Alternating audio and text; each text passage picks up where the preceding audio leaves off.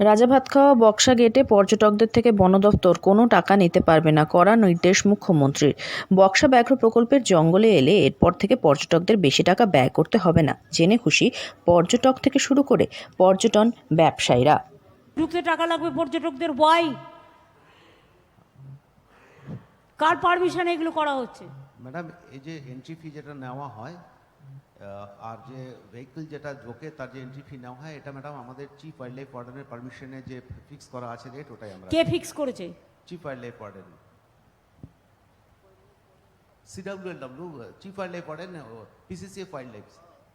তো তারা গভর্নমেন্টকে জানাবেন, এতে কি জমিদারি নাকি, গায়ের জোর? ফরেস্ট কি মানে গভর্নমেন্টের বাইরে, সরকারের বাইরে?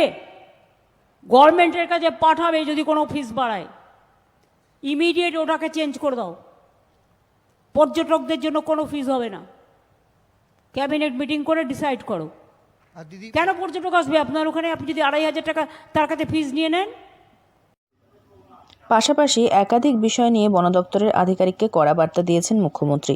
উল্লেখ্য, আলিপুরদুয়ার জেলার বক্সা ব্যাঘ্র প্রকল্পের অন্তর্গত রাজাভাতখাওয়া ও জয়ন্তী ডুয়ার্স অন্যতম পর্যটন কেন্দ্র। প্রতিবছর দেশ বিদেশের বিভিন্ন প্রান্ত থেকে বহু পর্যটকদের আগমন ঘটে।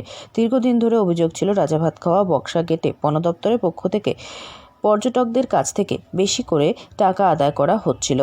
এই অভিযোগ শোনামাত্রই ক্ষোভে ফেটে পড়েন মুখ্যমন্ত্রী। তিনি স্পষ্ট জানিয়েছেন, 2,500 টাকা করে পর্যটকদের কাছ থেকে নিলে কেউ আর আসবে না এই বনে। বন দপ্তরের আধিকারিকদের কড়া বার্তা দিয়েছেন তিনি। পর্যটকদের থেকে গেটে কোনো টাকা নেওয়া যাবে না। বক্সা পর্যটন নিয়ে এমনিতেই সংকটে পর্যটন ব্যবসায়ীরা। বন দপ্তর এক এক সময় এক এক নোটিশ দিয়ে বিব্রত করে থাকে পর্যটকদের। সবটা জানানো হয়েছে মুখ্যমন্ত্রীকে আলিপুরদুয়ার বিধায়ক সুমন কাঞ্জিলালের মধ্য দিয়ে। গ্রিন ট্রাইব্যুনালের নিয়ম শুধুমাত্র কার্যকর বাণিজ্যিক প্রতিষ্ঠানের বন্ধের ওপর বলে জানিয়েছেন মুখ্যমন্ত্রী। হোমস্টেগুলিকে কেন জড়িয়ে ফেলা হচ্ছে তা নিয়ে বন দপ্তরের আধিকারিকদের কড়া কথা শুনিয়েছেন মুখ্যমন্ত্রী।